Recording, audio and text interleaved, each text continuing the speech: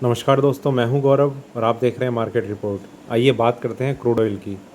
दोस्तों, crude oil में आप चार्ट देख रहे हैं और बहुत ही क्लियर व्यू आपको नज़र आ रहा होगा कि क्रूड ऑयल में ये 15 मिनट का टाइम फ्रेम पे मैं आपको दिखा रहा हूँ।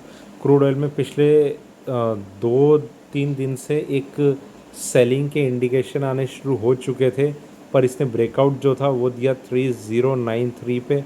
यहाँ पर हमने सेल करवाया था और उसके बाद से मार्केट में एक कंटिन्यूस एक सेलिंग प्रेशर हम देख रहे हैं, जिसमें इसने जो अपना लास्ट ट्रेडिंग प्राइस करा था वो था 2917। काफ़ी एक स्ट्रॉन्ग सेलिंग चल रही है। मार्केट में एक वीकनेस है। क्रूड ऑयल में लगातार हम एक डाउन ट्रेंड देख रहे हैं पिछले 2-3 दिन से। सितंबर का महीना है, आज 7 तारीख है और चांसेस ये हैं कि जो इसमें सेलिंग प्रेशर है वो कंटिन्यू रहेगा। देखिए, क्रूड ऑयल में इस तरीके की अभी स्ट्रेटजी चल रही है कि जो भी बाउंस बैक आता है उसमें सेलिंग ही रिकमेंड हो सकती है, उसके अलावा कुछ नहीं। जिस दिन भी आपको एक बाइंग ट्रेंड मिलेगा, देखिए कुछ लेवल्स हैं जो मैं आपको बताऊंगा, जिसके ऊपर अगर क्रूड ऑयल सस्टेन करने की कोशिश करता है तो ही इसमें एक बाइंग आ सकती है। अदरवाइज़ अभी एक डाउन साइड की शुरुआत है और वो काफ़ी नीचे तक इसके प्राइस लेवल जा सकते हैं।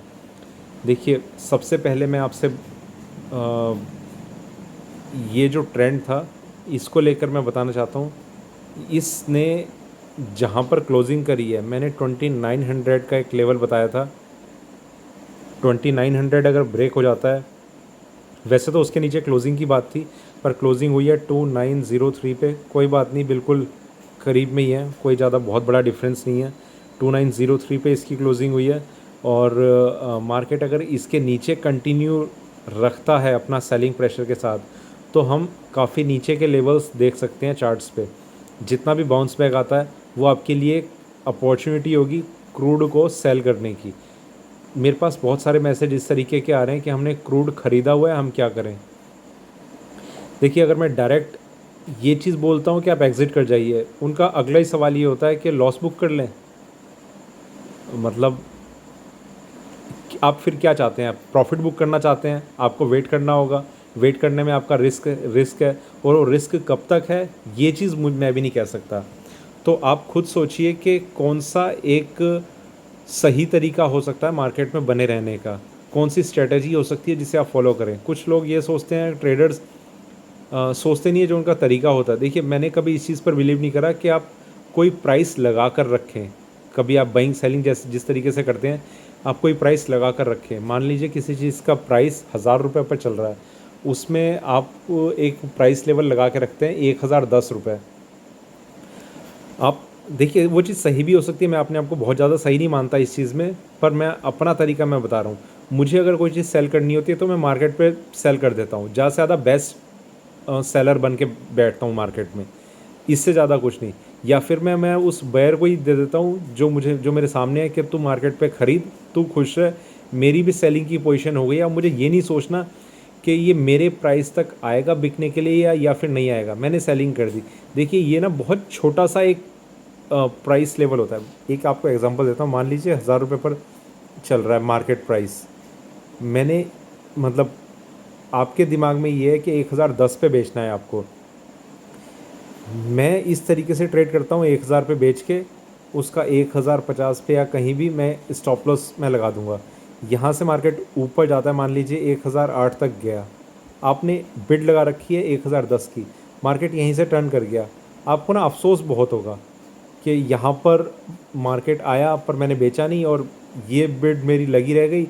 आप फिर कहेंगे कि मेरा ट्रेड ठीक था। आपका ट्रेड ठीक था, पर आपने बिड गलत लगा रखी थी। आपको देखिए, या तो इतना कंफर्म होना चाहिए कि मार्केट आपके पास तक आएगा, या अ, आपको वो बिड नहीं लगानी चाहिए। दूसरा, मैं एक चीज़ और आपको बताता हूँ, ये चीज़ सही भी है गलत भी है। मैं बहुत ज़्यादा गलत भी नहीं मानता उन ट्रेडर्स को जो इस तरीके से ट्रेड करते हैं, पर मैं बहुत ज़्यादा सही भी नहीं मानता। मतलब हो सकता है मैं गलत हूँ, मैं अपने आप को ठीक नहीं बता रहा, पर मेरा जो व्यू है वो आपके सामने रख रहा हूँ। दूसरी चीज़ ये होती है कि एक मार्केट है वो डाउन ट्रेंड में है, ठीक है, नीचे की साइड है। 1000 रुपये पर अभी इसका करंट प्राइस चल रहा है। मार्केट 980 से लेकर 1000 तक आ गया और अभी 1000 रुपये का इसका प्राइस चल रहा है। मुझे ये पता है कि इसमें सेलिंग का ट्रेंड है। मैंने 1060 का स्टॉप लॉस लगा दिया। आपकी बिड है 1010 की लगी हुई, ठीक है। कुछ कई बार ऐसा होता है मार्केट यहाँ से अगर थोड़ा सा ऊपर जाता है ना, तो या तो वो 1000 से ही नीचे होकर फिर ऊपर जाना शुरू करेगा, और जब इस तरीके का कुछ मोमेंटम बनता है ना, तो मार्केट यहाँ से ऊपर आते हुए एकदम से फिर नीचे भी नहीं जाएगा, 1060 सीधा ट्रिगर कर देगा। इस तरीके का भी सिनेरियो बनता है। तो मैं एग्जांपल भी ऐसा ले रहा हूँ कि जो आपके अगेंस्ट हो। ये भी हो सकता है कि 1010 लगाया फिर बिल्कुल वहीं से नीचे जाना शुरू कर दिया। देखिए, ये जब आप बिड लगाते हैं ना, तो वो आप बिल्कुल सही लगा रहे हैं वो कहना बहुत मुश्किल हो जाता है। आपने 1010 पे लगाई, वहीं से वो टर्न मारेगा, इसके चांसेस आपको ऐसा इसलिए लगता है क्योंकि आप थोड़ा सा ना उस रेंज में रहना चाहते हैं कि मेरा बिका हुआ लेवल काफ़ी ऊपर का हो और ख़रीदा हुआ लेवल काफ़ी नीचे का हो। आप इसलिए बिड लगाते हैं। बेसिक रीज़न ये है। ट्रेंड अगर आपको देखना है, ट्रेंड के अगर साथ आपको चलना है, आप मार्केट में जो भी प्राइस हो आपको बेच देना चाहिए, ठीक है। क्रूड ऑयल में मैं ये चीज़ इसलिए बता रहा हूँ, मार्केट जहाँ भी बाउंस बैक करता रहेगा, अगर आपका सेलिंग का व्यू है तो आप मार्केट में आप बेच दीजिए। दूसरी चीज़, जो जिन लोगों ने ख़रीदा हुआ है वो, ये मैं उनके लिए वैसे बता रहा हूँ, जिन लोगों ने ख़रीदा हुआ है वो या तो मार्केट पे एग्ज़िट कर सकते हैं या फिर इसका ऊपर आने का वेट कर सकते हैं। देखिए, अगर ऊपर नहीं आता मार्केट तो आप क्या करेंगे उस सिचुएशन में? आपको वेट करना होगा। आप मान लीजिए एक प्राइस लेवल आपके माइंड में है 2960 के, मुझे तो यहाँ सेल करना है। जिस तरीके का ट्रेंड चल रहा है, क्रूड ऑयल के इस प्राइस के भी नीचे ओपन होने के चांसेस हैं, ठीक है। 2880 के अराउंड अभी शायद इसका कुछ प्राइस रह सकता है जहाँ पर ये ओपन होगा। आपने सोचा हुआ है कि 2960, इंट्राडे में मार्केट यहाँ से यहाँ तक आता है और फिर नीचे हो जाता है। आप क्या करेंगे? आपकी क्या कोई स्ट्रेटजी है जो आपके माइंड में हो, या आप उसे इतना स्ट्रिक्टली फॉलो करेंगे कि जिस तरीके से आपने सोचा हुआ है उस तरीके से आप उसे फॉलो करेंगे, कि अगर वो नीचे से ही कुछ टर्न ले लेता है और ज़्यादा डाउन साइड के लिए तो आप क्या करेंगे? कुछ आइडिया है आपको? कुछ कोई भी एक स्ट्रेटजी आपके माइंड में हो तो, अगर है तो वो मतलब आप उसे फॉलो करने के लिए रेडी हैं या नहीं है? देखिए, होता क्या, कई बार हम स्टॉप लॉस भी अपने माइंड में रखते हैं, पर जब वो ट्रिगर होने के आसपास होता है तो हम सोचते हैं कि नहीं यार, मार्केट में थोड़ा सा एक मुझे जान नज़र आ रही है, स्टॉप लॉस मैं नहीं लगाता, थोड़ा सा और वेट कर लेता हूँ। नेक्स्ट इसका स्टॉप लॉस है और ज़्यादा नीचे, मैं उस लेवल पे मैं थोड़ा सा और देखूँगा। तो ये सिचुएशन हमारी बननी शुरू हो जाती है। हम ना इमोशंस अपनी कंट्रोल नहीं कर पाते, और यही एक चीज़ मैं बोलता हूँ, मार्केट में अगर आपको सस्टेन करना है लंबे टाइम के लिए तो सेल्फ़ कंट्रोल होना बहुत ज़्यादा ज़रूरी है।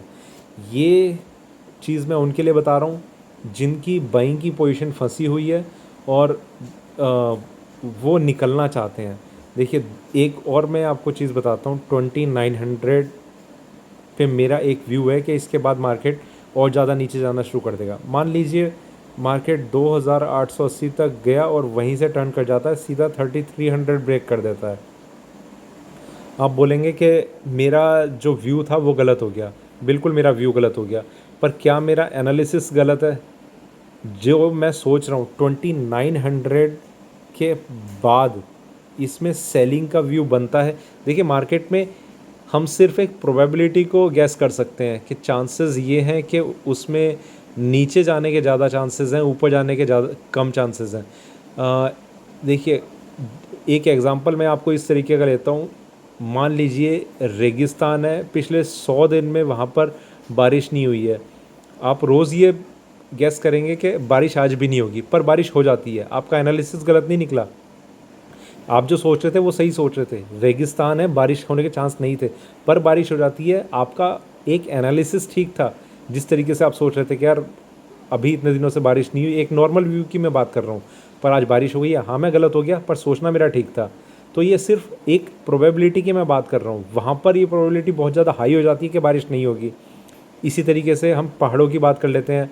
मुंबई में जब बारिश होती है तो हम रोज़ ये सोच सकते हैं कि आज बारिश होगी, और आपकी प्रोबेबिलिटी बहुत हाई हो जाती है उस टाइम कि बारिश होने के बहुत ज़्यादा चांसेस हैं। और अगर नहीं होती तो आपका एनालिसिस गलत नहीं निकला। अगर नहीं होती तो वो उसी प्रोबेबिलिटी की मैं बात कर रहा हूँ। एनालिसिस सिर्फ हमारी प्रोबेबिलिटी पे एक क्वेश्चन करता है कि वो कितनी हाई है। हम जो सोच रहे हैं, जो हमारा व्यू है, बिल्कुल ऐसा हो सकता है कि 2900 एग्जैक्ट ये पॉइंट टच करके मार्केट ऊपर जाना शुरू कर दे और फिर ऊपर का जो ब्रेकआउट लेवल है वहाँ से शूट अप कर जाए, तो हमारा वहाँ भी एनालिसिस हमारा खुद का बदल जाएगा। 3200 के ऊपर अभी हमारा व्यू है कि मार्केट ऊपर जाना शुरू कर देगा, तो वो भी हो सकता है। तो ये चीज़ें मार्केट में लगी रहेंगी, बनी रहेंगी और हमेशा रहेंगी। इसीलिए मैं आपसे ये कहता हूँ कि आप स्टॉप लॉस के लिए हमेशा रेडी रहिए। देखिए, लेक्चर ज़्यादा हो गया और लेवल्स की कम बात हुई है, लेवल्स की भी बात कर लेते हैं। अभी कुछ खास इसमें है नहीं। देखिए, मैं थोड़ा सा एक और यहाँ बता देता हूँ। जो इसमें थोड़ी सी एक स्ट्रेंथ आ सकती है वो 3040 के ऊपर आ सकती है, इससे पहले कहीं कोई स्ट्रेंथ नज़र नहीं आ रही। इंट्राडे के लिए 2977 इस लेवल को मैं अभी बता रहा हूँ, पर ओपनिंग के चांसेस जैसे हैं कि मार्केट नीचे ओपन हो सकता है, तो इस लेवल को हम कंसिडर नहीं करेंगे। ठीक है, ये लेवल भी बदलने के चांसेस काफ़ी ज़्यादा हाई रहेंगे। 3040 अभी इस लेवल की मैं बात कर रहा हूँ, इसके नीचे का एक कुछ लेवल आ जाएगा। अगर मार्केट यहाँ कहीं ओपन होता है तो हो सकता है 3000 के आसपास कहीं आ जाए। तो ये सारे लेवल्स अभी कोई ज़्यादा स्ट्रॉन्ग लेवल नहीं है। मार्केट अगर बिल्कुल इसी लेवल के आसपास ओपन होता तो ये लेवल हम कंसिडर करते, पर चांसेस ये हैं कि मार्केट नीचे ओपन होगा। जो भी आज एक अपसाइड अगर हम देखते हैं क्रूड ऑयल में, तो वो एक सेलिंग की अपॉर्चुनिटी होगी मेरे हिसाब से। और आप हो सके तो आप बाइंग ना करें और मार्केट से बच के रहें, अपना पैसा बचा के रखें। तो ये था मेरा क्रूड ऑयल पे अभी का वीडियो अच्छा लगा हो तो लाइक करें, शेयर करें, बने रहें मेरे साथ, देखते रहिए मार्केट रिपोर्ट। धन्यवाद।